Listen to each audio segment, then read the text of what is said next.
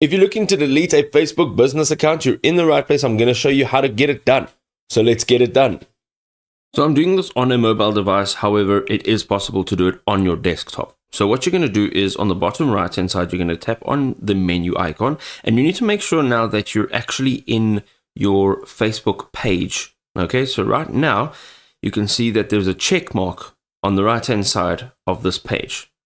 So you're going to go into your page. From here, you're going to go and you're going to make sure that you are clicking on the gear icon on the top right hand side of the screen. From here, you are going into the search bar over here, and you are going to look for access and control. You'll see it right at the top. It says access and control. And right from here, you can either deactivate the page, which is temporary, or you can go ahead and you can delete this page. So you're going to go ahead and check the delete page, click on continue, and your page will be deleted.